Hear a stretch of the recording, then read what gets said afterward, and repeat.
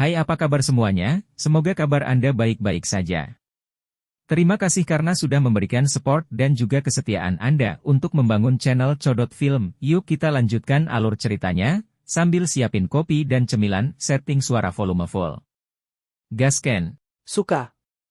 Dokter peri kecil dan yang lainnya di samping Xiao Yan menjadi suram ketika mereka melihat banyak prajurit tentara terendam hitam mengarahkan tombak panjang di tangan mereka ke Xiao Yan. Tubuh mereka bergerak, dan mereka muncul di samping Xiao Yan. Doukis mereka yang besar dan perkasa diam-diam melonjak. Suasana di gerbang kota telah menjadi pedang terhunus saat kedua belah pihak saling berhadapan. Beberapa mata orang mengamati kelompok Xiao Yan dengan penuh minat. Mereka terkejut bahwa kelompoknya berani menyerang anggota klan Gu di kota suci Gu. Ling Kuan, sebagai komandan dari Black Submerged Army, apakah kamu berencana menyalahgunakan otoritasmu untuk dendam pribadi?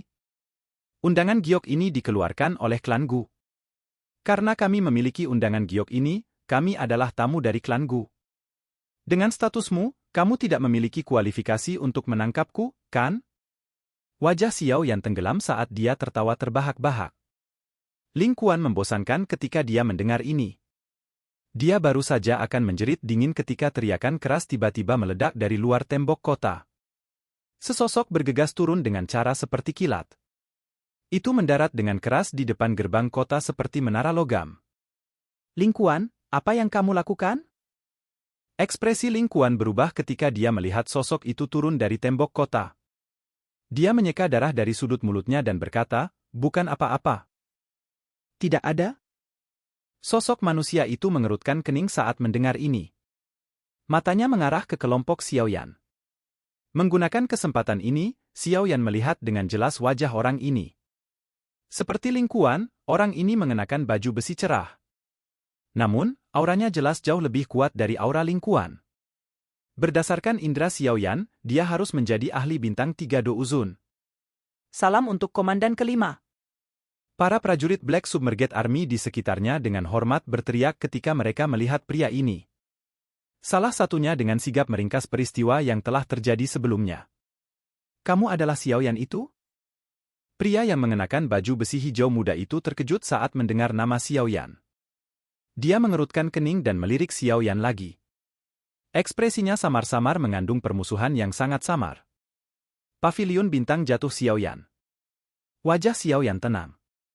Dia menangkupkan tangannya ke pria ini, yang disebut Komandan kelima, di depannya. Itu benar, dia adalah Xiao Yan yang disebut Nona Muda. Ling Kuan dengan dingin tertawa. Matanya mencoba menatap Xiao Yan.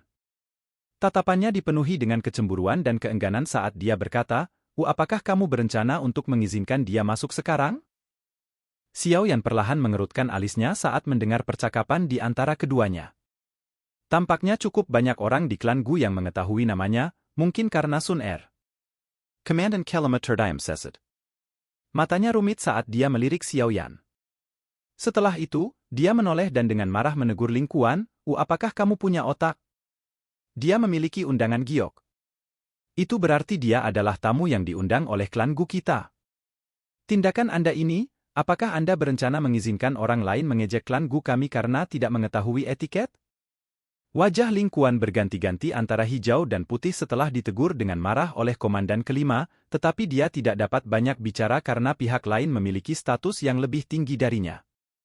Yang bisa dia lakukan hanyalah mendengus dingin dan menarik diri. Tuan Xiao Yan, silakan masuk. Harap tunggu di kota suci Gu selama beberapa hari. Akan ada seseorang yang akan membawa kalian semua ke alam Gu saat waktunya tiba. Setelah menegur Ling Kuan, komandan kelima menangkupkan tangannya ke Xiao Yan saat dia berbicara dengan suara yang dalam. Xiao Yan menggenggak. Meskipun komandan kelima ini telah membentuk sedikit permusuhan baginya, dia tidak memihak. Ini jauh lebih baik dari Ling Kuan.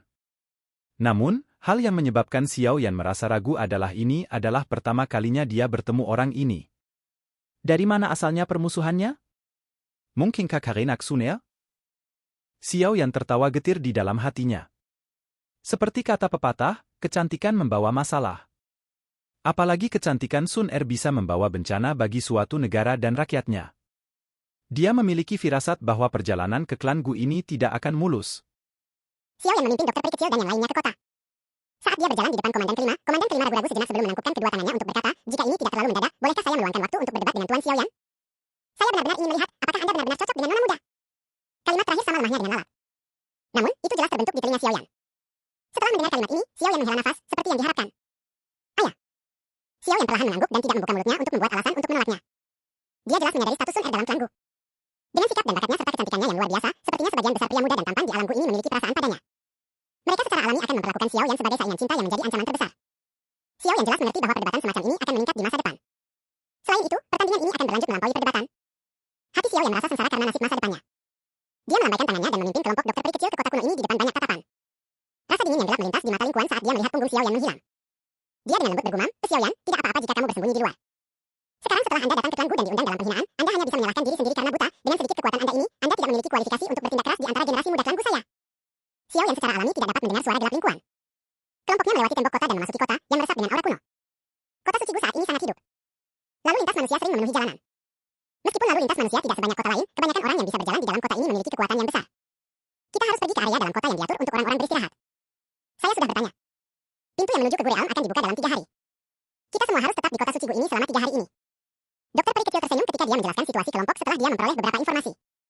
Xiao yang memiringkan kepalanya sebagai pengakuan.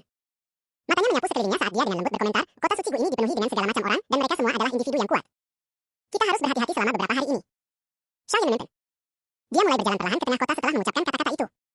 Dokter peri kecil dan yang lainnya dengan cepat mengikuti di belakang. Kelompok itu bolak-balik di kota selama lebih dari 10 menit sebelum tiba di tengah. Rumah bangsawan luas dengan bangunan menjulang tinggi berdiri di sini. Ada aliran orang yang terus-menerus masuk dan keluar dari pintu masuk manor. Banyak aura kuat yang menyebar menyebabkan kelompok Xiao yang bertukar pandangan satu sama lain. Dengan mengandalkan undangan Giok Klan Gu, kelompok Xiao yang berhasil memasuki manor. Setelah itu, mereka mengikuti seorang pelayan wanita cantik ke rumah yang tenang. Karena mereka melakukan perjalanan tanpa henti selama periode waktu ini, kebanyakan dari mereka merasa sedikit lelah setelah memasuki rumah yang tenang. Mereka mengobrol sebentar sebelum menemukan kamar sendiri untuk beristirahat. Seorang wanita dengan pakaian hijau pucat duduk di dalam awan tebal yang berada di atas gunung. Kabut bergejolak, menyebabkan dia tampak seperti peri dengan sikapnya yang halus. Nona muda, Tuan Muda Xiao yang telah mencapai kota suci Gu. Sosok tua melintas dan muncul di puncak gunung sementara mata wanita pendiam itu tertutup. Dia dengan hormat memberitahu wanita muda itu setelah muncul. Kata-kata sesepuh baru saja terdengar ketika dia merasakan ruang di depannya beria. Ketika dia mengangkat kepalanya, dia menemukan bahwa wanita itu sudah muncul di depannya. Wajah cantik itu, yang mengandung senyuman, menyebabkan pemandangan cantik di sekitar seketika menjadi jauh lebih redup. Siapa lagi wajah ini selain Sun Er? Oldling, apakah dia baik-baik saja? Suara lembut wanita muda itu tampaknya memiliki kekuatan iblis khusus. Bahkan awan di tempat ini beria karenanya. Tuan Muda Xiao yang saat ini bukan lagi seseorang yang dapat kulihat oleh orang tuaku, berdasarkan informasi yang telah aku terima, Ling Kuan, yang kekuatannya berada di kelas Do Uzun bintang 1, bahkan tidak dapat bertahan dalam pertukaran tangan Xiaoyan. Tuan Muda Xiao yang setidaknya adalah bintang 4 Do Uzun. Orang tua itu menghela nafas.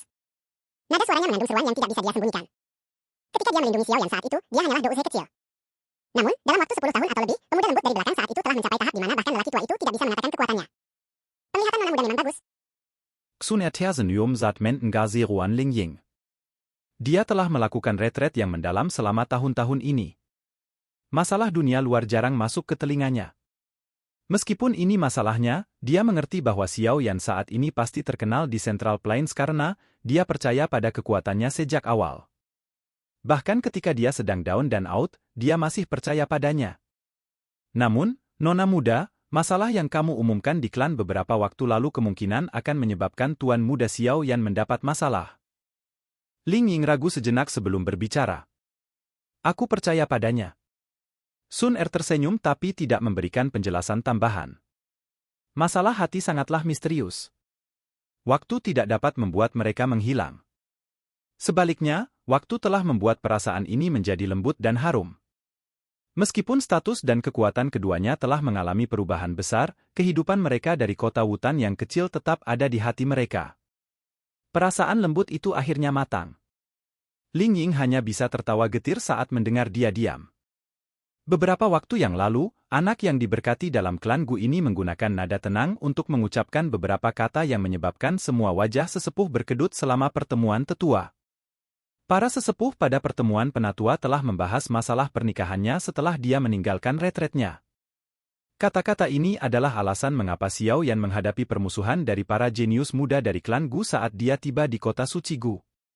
Terlepas dari apakah kalian semua menentang atau mendukung saya hanya menyukainya, dan tidak ada dari Anda yang dapat mengubah fakta itu.